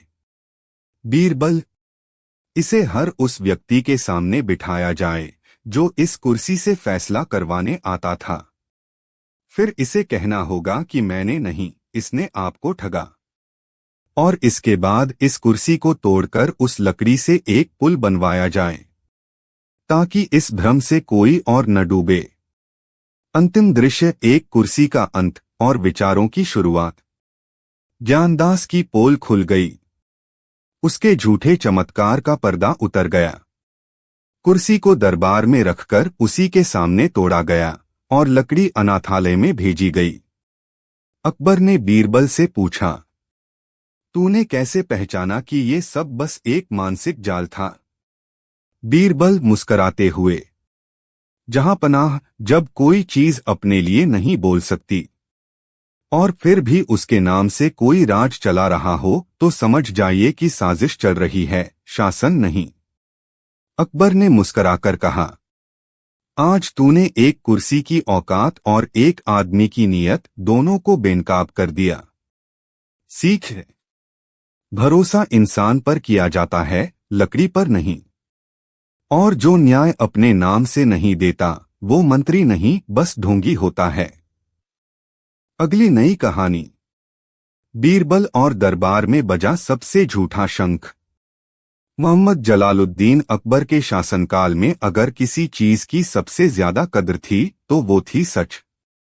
लेकिन सच तक पहुंचना हर बार आसान नहीं होता था। शाही दरबार में उस दिन सुबह की कार्यवाही अभी शुरू ही हुई थी। अमीरों की पंक्ति सज चुकी थी। बीरबल अपने स्थान पर बैठे थे और शहंशाह हल्की मुस्कान के साथ साय लेकर अपने आसन पर विराजमान थे। तभी एक बूढ़ा लंबा सा लबादा पहने, कंधे पर चमकता हुआ चांदी का शंख लटकाए एक अजनबी दरबार में दाखिल हुआ। दरबारियों की नजरें उसकी ओर मुड़ गईं। उसने न किसी को सलाम किया, न झुककर अदब बजाया। बस सीधा जाकर बीच दरबार में खड़ा हो गया और ऊंची आवाज में बोला, जहां पनाह, मैं आपके दरबार को एक पवित्र परीक्षा देने आया हूं। शहंशाह अकबर ने भौहें चढ़ाई। अकबर, परीक्षा? कैसी परीक्षा? और तुम हो कौन? अजनबी, मेरा नाम झगनू दास है। मैं न्याय और सत्य की खोज में वर्षों से देश विदेश घूमता रहा हूं। ये जो मेरे पास है, शंख उठाकर दिखाता है, ये कोई साधारण शंख नहीं, ये एक सत्य शंख है। बीरबल आंखें तरेर कर, सत्य शंख नाम कुछ ज्यादा ही पवित्र नहीं रख दिया? झगनू दास गर्व से, यह शंख सिर्फ सच्चे और निर्दोष इंसान के हाथों से ही बजेगा। झूठे चाहे जितनी भी कोशिश करें, ये एक ध्वनि तक नहीं देगा। दरबारियों में खुसर पुसर शुरू हो गई। अकबर, और तुम्हारा दावा है कि यह शंख झूठ और सच की पहचान कर सकता है? झगनू दास, हुजूर, यह शंख अब तक 5 राजाओं के दरबार में परखा जा चुका है, और हर बार जिसने झूठ बोला, शंख ने चुप्पी साध ली। मैं आपके दरबार की भी परीक्षा चाहता हूं। अकबर, अगर यह शंख वाकई झूठ को पहचानता है तो यह बादशाह के दरबार के लिए वरदान होगा। बीरबल शांति से, या फिर कोई बड़ी साजिश भी हो सकती है जहां शंख नहीं, किसी और की चाल छुपी हो। अकबर मुस्कुराकर, तो बीरबल, क्यों न आज सच्चाई और चालाकी दोनों की परीक्षा ली जाए? बीरबल, मैं तैयार हूं जहांपना, लेकिन पहले क्यों न खुद आपसे शुरुआत हो? अकबर मुस्कराए, फिर खड़े होकर शंख हाथ में लिया और पूरी ताकत से फूंक मारी। शंख नहीं बजा। पूरे दरबार में सनसनी छा गई। झगनू दास कुटिल मुस्कान के साथ, हुजूर, यह शंख झूठ और पाप की बू पहचानता है। अब तक यह सिर्फ पवित्रतम आत्माओं से ही बजा है। अकबर थोड़े असहज होकर, क्या मतलब? क्या बादशाह भी अब झूठा है? बीरबल गंभीरता से, या फिर यह शंख झूठा है? झूठ की गूंज। अकबर ने आदेश दिया, दरबार के सभी प्रमुख अधिकारी, दीवान, मंत्री, कवि, सिपाही, सभी बारी बारी से इस शंख को फूंकें। सबने कोशिश की। किसी के हाथ से शंख गिर गया, किसी के मुंह से सिर्फ हवा निकली, पर ध्वनि नहीं हुई। झगनू दास, मैंने कहा था ना, यह दरबार अब पवित्र नहीं रहा। बीरबल आंखें बंद करके, शहंशाह, मुझे 1 दिन का समय दीजिए। मैं इस शंख और इस आदमी की असलियत सबके सामने लाऊंगा। अकबर, मंजूर है, लेकिन अगर तुम असफल हुए तो सत्य शंख तुम्हें भी झूठा घोषित करेगा और मंत्री पद से हटना पड़ेगा। बीरबल, अगर मैं असफल हुआ तो न सिर्फ मंत्री पद बल्कि अपना पगड़ी भी उतार दूंगा, हुजूर। अकबर ने सिर हिलाया। बीरबल ने आंखों में चुपचाप आत्मविश्वास की चिंगारी जला ली। बीरबल की खोज। बीरबल सबसे पहले गया उस तंबू में जहां झगनू दास ठहरा था। छानबीन में पाया गया, शंख असली था, पर उसके अंदर एक बहुत ही महीन परत में मोम जैसा कुछ था। बीरबल ने कारीगरों से सलाह ली और उन्हें समझ आया कि अगर कोई बहुत ज्यादा गर्म फूंक मारे तब जाकर मोम पिघलेगा और शंख बजेगा। मतलब आम आदमी की सांस से नहीं, केवल तेज गर्म हवा से। और यही थी झगनू दास की चाल। वो किसी को भी पहले शंख नहीं फूंकने देता था। जब खुद बजाता तो पहले ही गर्म कर लेता, जिससे बस उठता। दरबार में वापसी। अगले दिन बीरबल दरबार में लौटे। अकबर, क्या तुम तैयार हो बीरबल? बीरबल शंख उठाकर, मैं नहीं, ये तैयार है। लेकिन पहले मैं चाहता हूं कि झगनू दास खुद एक बार फिर इसे फूंके। झगनू दास मुस्कराया। वो जानता था कि वो इसे बजा सकता है। उसने शंख लिया और बड़ी शान से मुंह से लगाकर फूंका। कुछ नहीं हुआ। दरबार सन्न। अकबर आश्चर्य से, ये क्या हुआ? बीरबल हंसते हुए, हुजूर, मैंने आज सुबह ही इस शंख को खूब ठंडे पानी में भिगोकर रखा था। अब ये गर्म सांस के बिना नहीं बजेगा। यानी इसकी सच्चाई अब ठंडी हो चुकी है। झगनू दास घबराकर, ये क्या मजाक है? बीरबल, नहीं, ये मजाक नहीं, न्याय है। आपने हमारे दरबार में झूठ को परखने का दिखावा किया, जबकि असल में आप सबको अपमानित करना चाहते थे, एक झूठे शंख से। अकबर गंभीर होकर, तो क्या इस शंख की पूरी कहानी बनावटी थी? बीरबल, पूरी नहीं, लेकिन केंद्र झूठ था। और एक झूठा केंद्र पूरे सच को खा जाता है। न्याय का अंत। अकबर ने झगनू दास को धोखा देने और दरबार की प्रतिष्ठा को ठेस पहुंचाने के अपराध में देश निकाला दिया। अकबर बीरबल से, तूने फिर एक बार साबित कर दिया कि न्याय ढोल से नहीं आता, दिमाग से आता है। बीरबल, जहां पनाह झूठ कभी भी जोर से नहीं बोलता, वो दूसरों से बुलवाता है। दरबार में ताली बजी, लेकिन इस बार शंख नहीं। सीख है, हर चमकता शंख सच्चा नहीं होता, कभी कभी सबसे ऊंची आवाज सबसे गहरा धोखा होती है। अगली नई कहानी। बीरबल और नाप की लड़ाई में उलझा दरबार। बादशाह अकबर का दरबार उस दिन कुछ ज्यादा ही भीड़भाड़ वाला था। वजह, दरबार में एक अनोखा मामला पेश होने वाला था। मामला था नाप का। जी हां, कपड़ों की नाप। और मजेदार बात यह थी कि कोई दर्जी दरबार में नहीं आया था। दरबारियों के चेहरे उत्सुकता से खिंचे हुए थे और बीरबल चुपचाप अपने स्थान पर बैठे मुस्कुरा रहे थे। शायद उन्हें पहले से ही अंदेशा था कि कुछ बहुत अनोखा होने वाला है। दरबार में पेश हुआ एक व्यापारी, नाम था रतनलाल, लेकिन चश्मे, टोपी, छड़ी और बेहिसाब गहनों के कारण किसी राजा से कम नहीं दिख रहा था। साथ में थे उसके 7 गवाह, जो इतने रंग बिरंगे कपड़ों में लिपटे हुए थे कि पहचानना मुश्किल था कौन बोल रहा है और कौन सिर हिला रहा है। अकबर ने भौहें चढ़ाकर पूछा, रतनलाल, दरबार में क्या फरियाद लाए हो? रतनलाल बोला, जहांपनाह, मेरी शिकायत बहुत बड़ी है और धोखा तो 7 गुना बड़ा। मैंने एक जमीन खरीदी थी, लेकिन जो नाप बताई गई थी असल में उससे कहीं कम निकली। मैं कहता हूं 100 बीघा है, लेकिन मापा गया तो सिर्फ 93 निकली।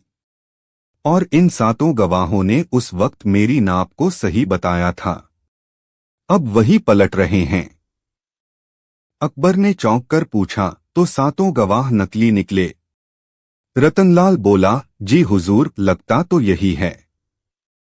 या तो मेरी आंखें धोखा खा रही थीं या इनकी जुबानें।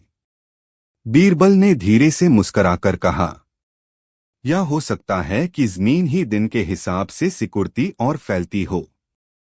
दरबार में हंसी की फुहार छूट गई, लेकिन मामला गंभीर था। 7 गवाहों ने कसम खाकर कहा कि उन्होंने वही देखा जो बताया। पर गड़बड़ी थी, 7 की गवाही एक दूसरे से मिलती नहीं थी। पहला मोड़, 7 गवाह, 7 सच्चाइयां। बीरबल ने एक एक गवाह से अलग अलग समय में बात की और उन्हें बिना बताए एक ही कागज पर अपनी अपनी नाप लिखने को कहा। पहला गवाह बोला, हुजूर, जमीन तो 100 बीघा ही थी, मैंने खुद गिना था। दूसरा बोला, नहीं, 95, लेकिन मैं थोड़ा नशे में था उस दिन। तीसरा गवाह बोला, मुझे तो याद नहीं, पर सबने कहा तो मैं भी हाँ कह गया। चौथा गवाह, मैं तो वहां था ही नहीं, मुझे बस कहा गया कि आकर कागज पर दस्तखत कर दो। पांचवा, मैंने सोचा अगर ना कहा तो रतनलाल नाराज हो जाएगा। छठा, मेरे हिसाब से 90 बीघा थी, लेकिन उस दिन धूप तेज थी, हो सकता है जमीन पिघल गई हो।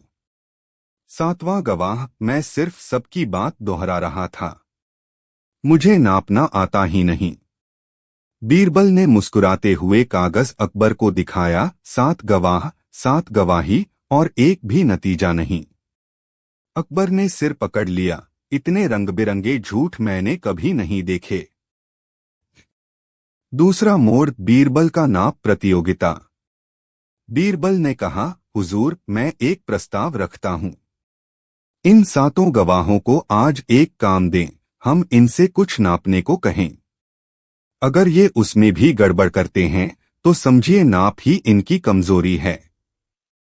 अकबर हंस पड़े, बढ़िया, क्या नापें? बीरबल बोले, हर गवाह को दिया जाए एक रस्सी का टुकड़ा और एक झंडा। उन्हें बिना किसी औजार के महल के सामने वाले मैदान की लंबाई नापनी है और बताना है कि वह कितनी है।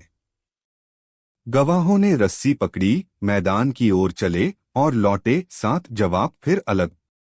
200 हाथ, 180 हाथ, कहीं 150 तो कहीं 210।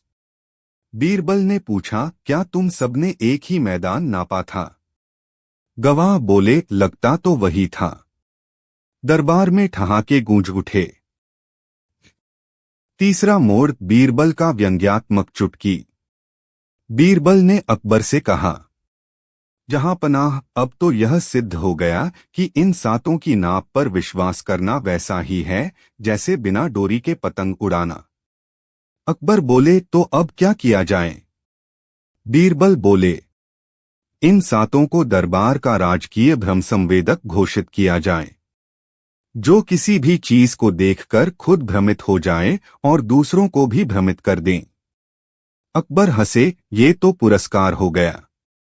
बीरबल बोले, तो फिर सजा दीजिए, हर गवाह को पूरे शहर की गलियों में मापते हुए चलना होगा और हर घर की दीवार को अपनी नाप से नापना होगा, ताकि इन्हें खुद समझ आए कि सच्चाई और नाप में फर्क होता है।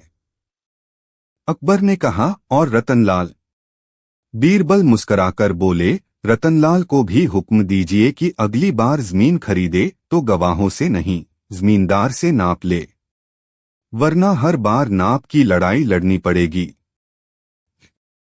अंतिम मोड़, सामाजिक व्यंग्य और सीख। सातों गवाह नापते नापते थककर चुप हो गए। अगले ही दिन शहर भर में एक नई कहावत फैल गई, जो 7 गवाहों के भरोसे नापे वह खुद को ही छोटा पाए। दरबार में शांति लौट आई। लेकिन अकबर ने मुस्कुराकर कहा, बीरबल, अगली बार गवाहों से पूछेंगे कि हमारे दरबार की गरिमा कितनी ऊंची है। शायद सब अलग अलग कहें। बीरबल बोले, हुजूर, गरिमा तो मन में होती है, उसका कोई नाप नहीं होता। लेकिन झूठ का बोझ जरूर तौल सकते हैं।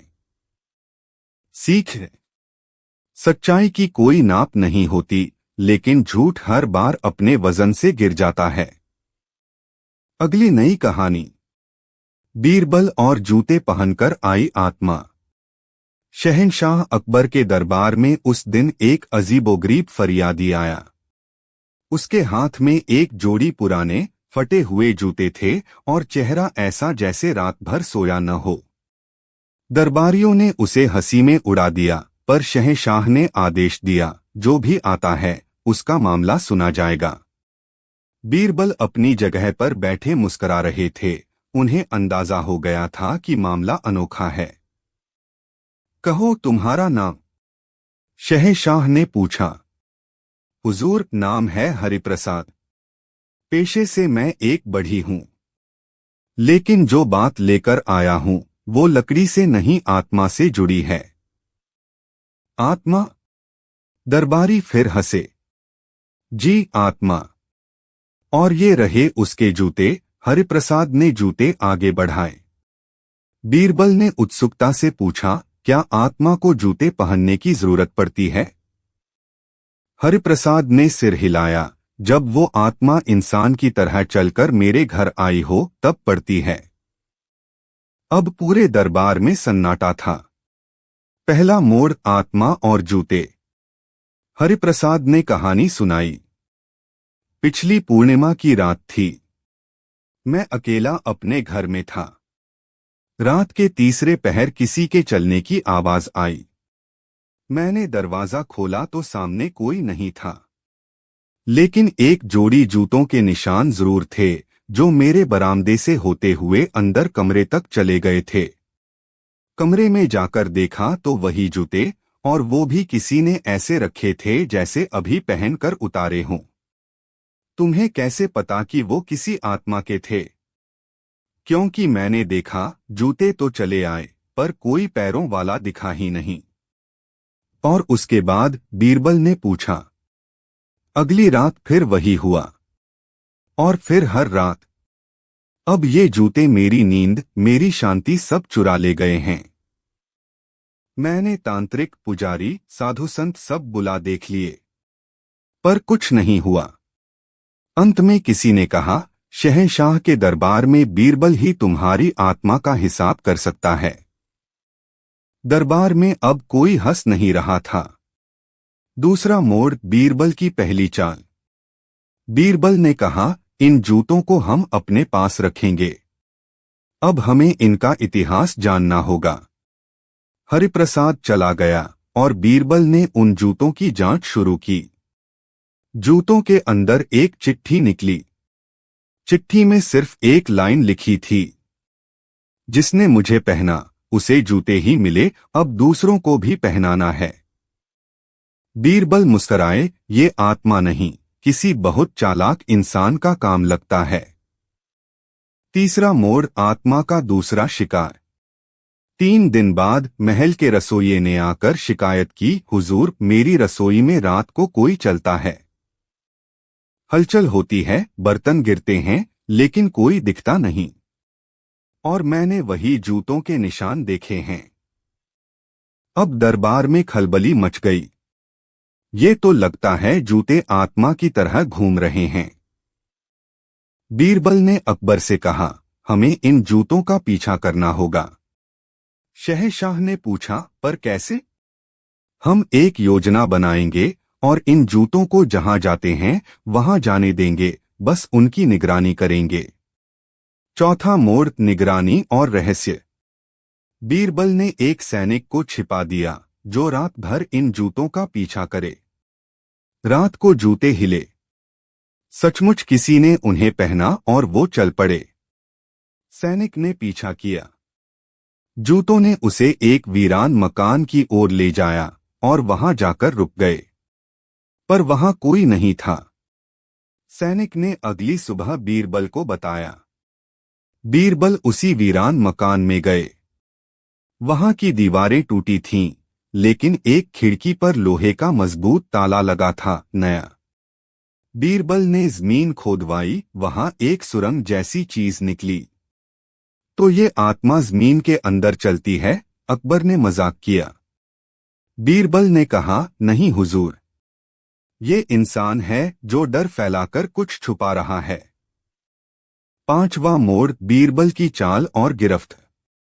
बीरबल ने एक नकली अफवाह फैलवा दी, महल में एक संत आया है जो जूतों की आत्मा से बात कर सकता है। रात को जब वही जूते फिर से चले तो बीरबल खुद छिपकर उस वीरान मकान तक पहुंच गए। एक आदमी जूतों को पहनकर सुरंग से अंदर जा रहा था। बीरबल ने उसे धर दबोचा। उसका नाम था रमजान, जो दरअसल शाही खजाने से चुराई गई चांदी एक एक करके इसी सुरंग में छिपा रहा था। उसने डर फैलाने के लिए आत्मा की कहानी बनाई ताकि कोई इस जूते की जासूसी न करे। अंतिम मोड़, अदालत का न्याय। अगले दिन दरबार में बीरबल ने सारे राज खोले। हरिप्रसाद को भी बुलाया गया। बीरबल बोले, तुम्हारा बढ़ी होना ही तुम्हारे शक का कारण था। रमजान ने जूतों को आत्मा बना दिया और तुम्हारे घर को इस्तेमाल किया क्योंकि वहां से सुरंग की एक और शाखा निकलती थी। रमजान को कड़ा दंड मिला। शाही खजाना लौटाने के बाद उसे कारागार भेजा गया। हरिप्रसाद को इनाम में मिला एक असली जोड़ी नई चप्पल और शाही मकान की मरम्मत का खर्च। बीरबल ने मुस्कराकर कहा, इस आत्मा का तो शांति से अंतिम संस्कार हो गया। दरबार हंसी से गूंज उठा।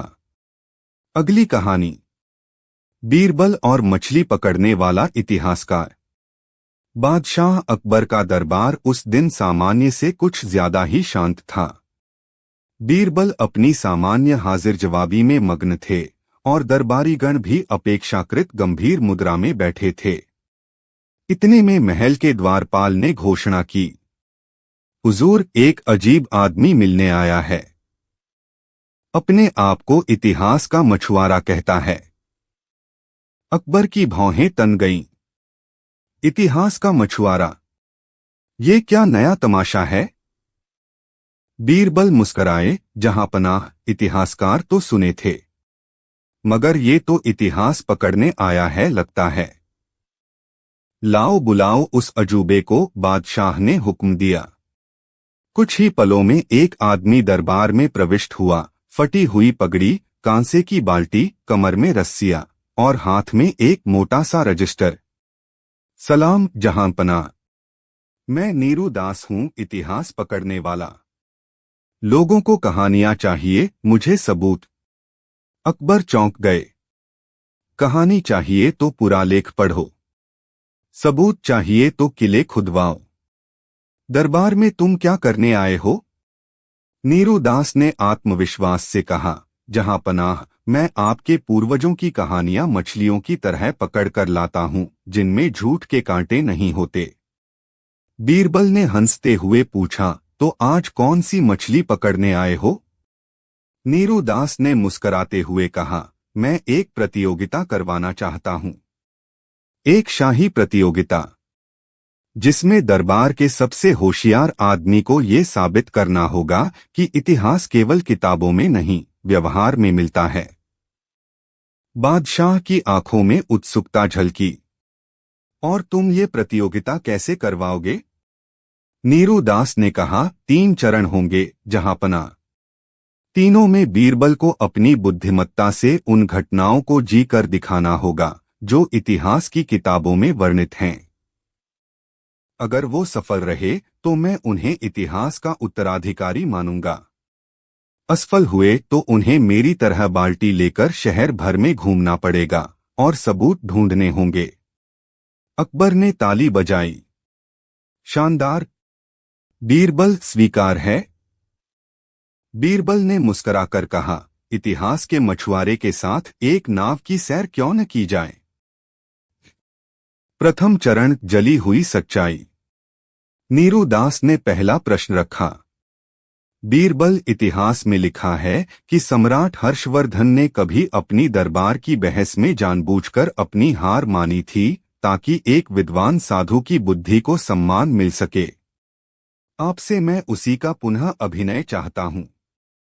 बीरबल ने कहा, ठीक है, मुझे एक झूठा विद्वान चाहिए जिसे मैं हराऊं और फिर जानबूझकर हार मान लूं। अकबर ने तुरंत एक नौसिखिया दरबारी को चुना, नादान लाल। उसका काम सिर्फ एक उल्टी पुल्टी दलीलों से बीरबल को परेशान करना। नादान लाल ने शुरू किया, पृथ्वी चपटी है और सूरज हर सुबह उठता है और अकबर को सलाम करता है। बीरबल ने कहा, सही कहा आपने। और जब चांद उतरता है तो वो बीरबल को नमस्कार करता है। दरबार ठहाकों से गूंज उठा। बीरबल बोले, जहांपनाह, मैं इस विद्वान के समक्ष स्वयं को तुच्छ मानता हूं। नीरू दास मुस्कराया, पहला चरण पार। द्वितीय चरण, भूखे इतिहास की थाली।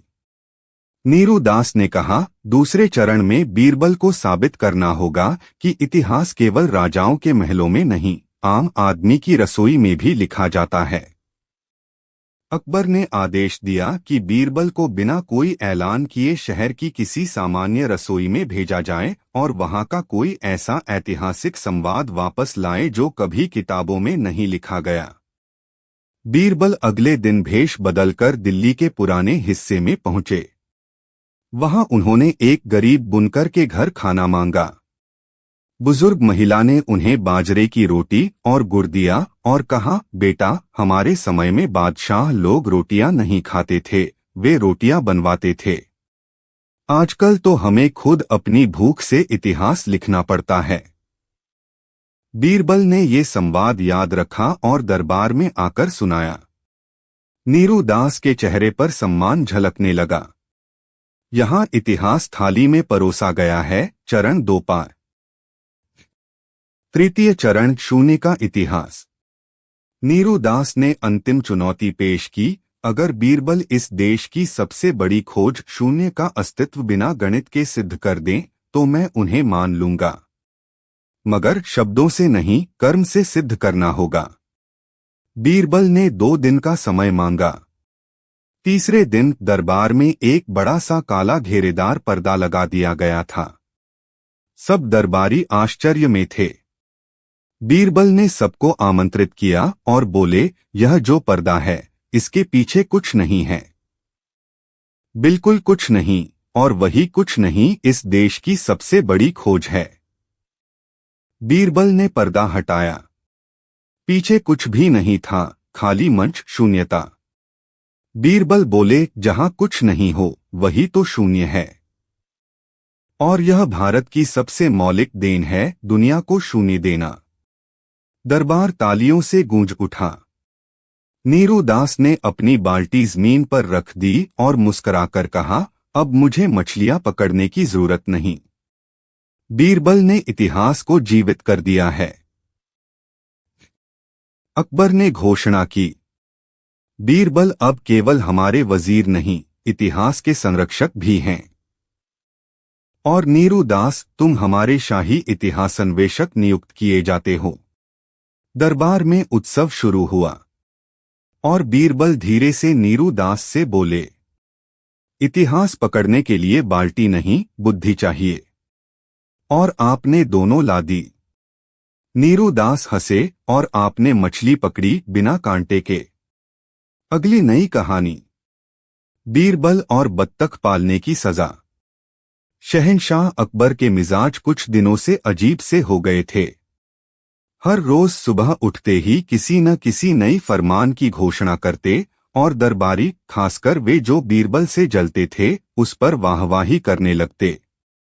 एक दिन सुबह सुबह शाही बाग में टहलते हुए अकबर ने एक बत्तख को अपने फव्वारे में तैरते देखा। बत्तख ने बादशाह की तरफ देखा और जोर से क्वैक किया। ये क्वैक सुनते ही बादशाह का चेहरा बिगड़ गया। क्या बदतमीज बत्तख है, मेरे बाग में मेरी आंखों में आंखें डालकर क्वैक कर रही है। और वहीं उन्होंने ऐलान कर दिया, आज से जो कोई बत्तख पालता पाया गया, उसे दरबार में पेश किया जाएगा और सजा मिलेगी जो भी तय हो। बीरबल वहीं खड़े थे। उन्होंने अपनी मूंछ को ताव देते हुए बस एक कोना सा मुस्कुराहट दी, जो सिर्फ वो और बादशाह समझ सकते थे। उधर शहर में हलचल मच गई। आगरा के लोग बत्तखें पालते थे, अंडों के लिए, बच्चों के लिए और कभी कभी शौक से। पर बादशाह के इस नए आदेश ने सारे बत्तख प्रेमियों की नींद उड़ा दी। कई लोगों ने डर के मारे बत्तखों को यमुना में छोड़ दिया। कुछ व्यापारी उन्हें चोरी छिपे बेचने लगे। एक साहूकार तो अपनी बत्तखों को रंगकर कबूतर बना देने में जुट गया। लेकिन दूसरे दिन दरबार में बीरबल एक बड़ी सी बांस की टोकरी लेकर हाजिर हुए। क्या है इसमें, अकबर ने पूछा।